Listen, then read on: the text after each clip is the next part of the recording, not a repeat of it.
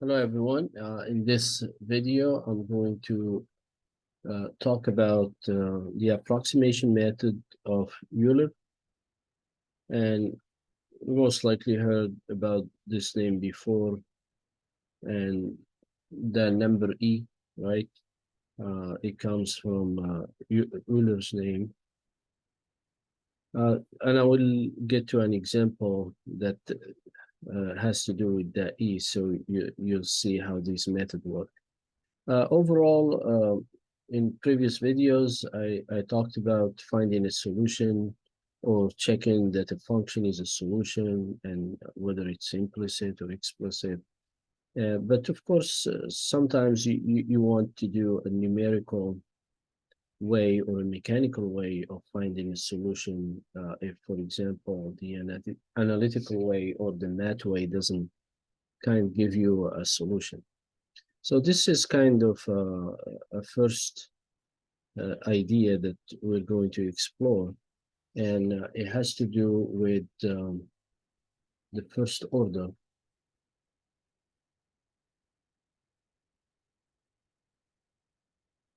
differential equation. So you can use this method for the first order differential equation. And having here an initial condition that makes it an initial value problem with the first order. Okay. So as I mentioned, it's like a computerized or a mechanical way of solving this type of IVP. And we know if there is fairly over some general conditions, we can find some solution or this problem to converge to a true solution. How this works can give you a background and give you some nice examples. For the sketch of it, if you have this initial condition here, why this method is called like a tangent line method, because just like you saw in calculus, you're going to build tangents. And let's first show you here. And here we're going to build like a polygon. So from this point to the next point, which is x1 by 1, we're going to use the slope, which is going to be f of x0, y0. Why? Because you'll say, well, how come this is a slope? You see, so if you look at this here, it's equal to the first derivative. And what is that first derivative? Let's say dy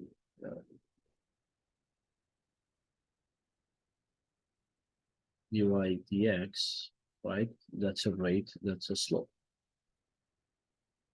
Then we'll try to get into another. You will see the more computations, the better, but it doesn't mean always the better. There is a cost to it. So here, we're going to use this. Then we'll try to converge to, of course, some point. So this is kind of, maybe you can say a polygon line approximation. And you will see it in the example. So we start with this point, x0, y0, or x0, y0. We follow the line with the slope of this initial point, which is the f of x0, y0. And that's a tangent line, right? So for some distance x1, y1, to get to, goes from this point to this point,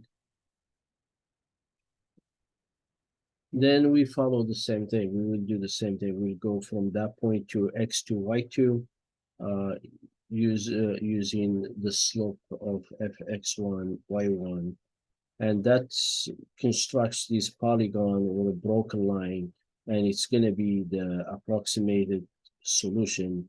And hopefully, if everything is good, if in fairly general conditions, we should converge to some solution, and we will see that in the examples.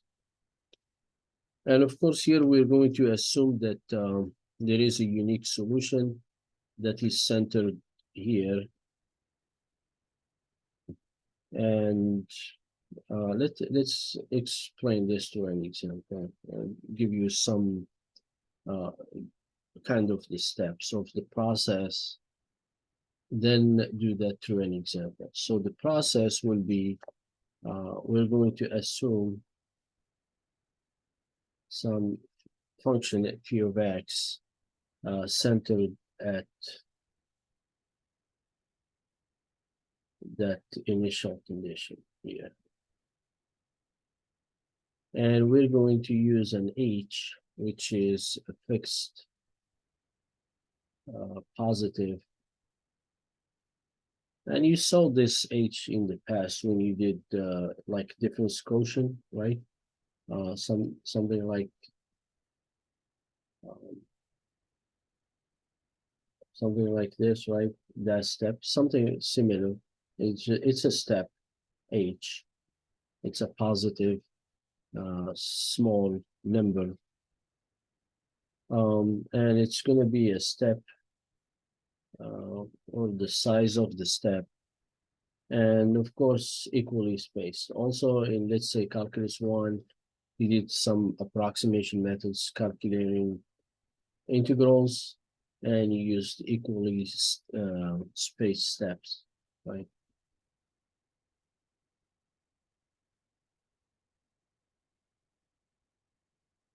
So what does this mean? That this formula will apply when you have, and I'll show it through examples.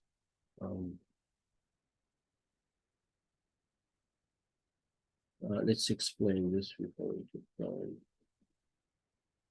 So let's say you have x1. It's just going to be x0 plus 1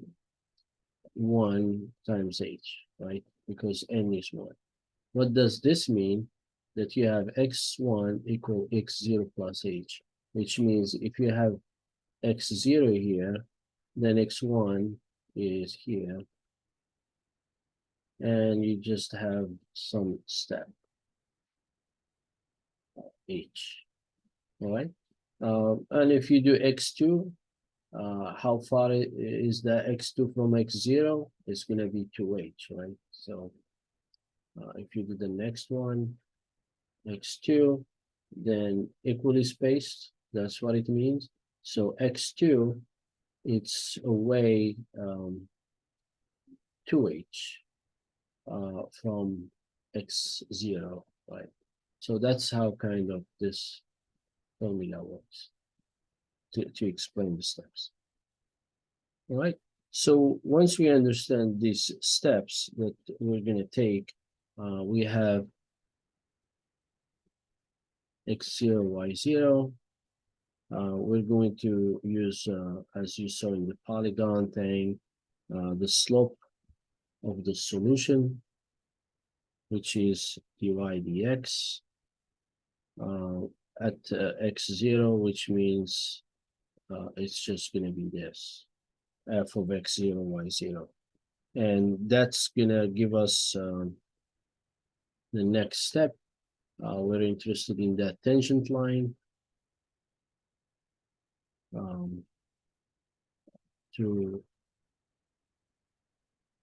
solve the curve at x0, y0. You know the tangent line equation, which kind of initiates from y minus y1 equal m times x minus x1. Remember this from algebra. So if this is the points slope equation, so if I do this, and also you did this type of equations in calculus, So it's changing this to a tangent line that you did in calculus. Here is y, and now the point is y0 and x minus x0, but the slope, of course, it's going to be the derivative, which is f of x0 y0. Okay, so this is the equation of the tangent line. All right. So now what is next? Once we establish that first thing, what is the next thing? How to use the tangent line to approximate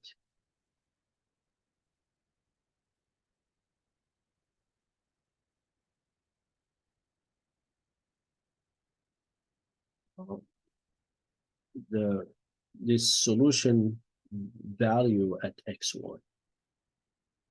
Well, we're gonna say it is equal to, the function gives you a y value, so it's gonna be y1. How this y1 is gonna come up? Well, it's gonna be y and y0 using the same equation plus, and now here we're gonna use the step.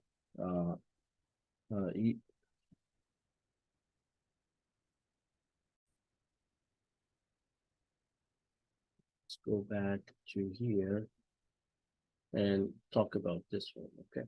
So let's do a different color.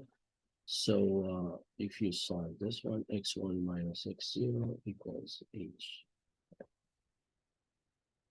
which is here.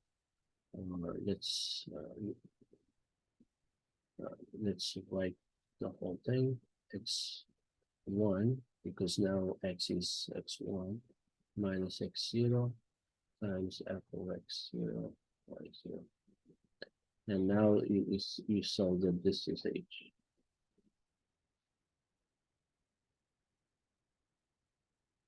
Okay. All right, so that gives us an idea and a direction also for the solution. And that's another topic when we talk about the direction field. But to understand these methods, then maybe at some point to do a video about these direction fields. But of course, the step is positive, so we're going from x0 to x1, which x1 is higher than x0, like towards the right. Okay. So now I want you to, let's do y1. So I want you to pause the video and ask the question, what is for y2? How do you find for y2, right? And check whether you get for y2 that y1 plus h of x1 y1, right? Check this. And you can see from the pattern y1 equal y0 plus h times f of x0 y0. So if it's y2, it's going to be y1 plus h times f of x1 y1. Then once you play with it, you understand exactly that's the next step. Then of course we're going to repeat. We're going to keep going, and that's going to give us the Euler process. That's the background behind it. So what is this process? Is the steps are figured out this way, and the yn plus 1 equal yn plus the step times f of x and yn, given that n can go this way. All right, that's the Euler process. And now after this, we'll just do some examples.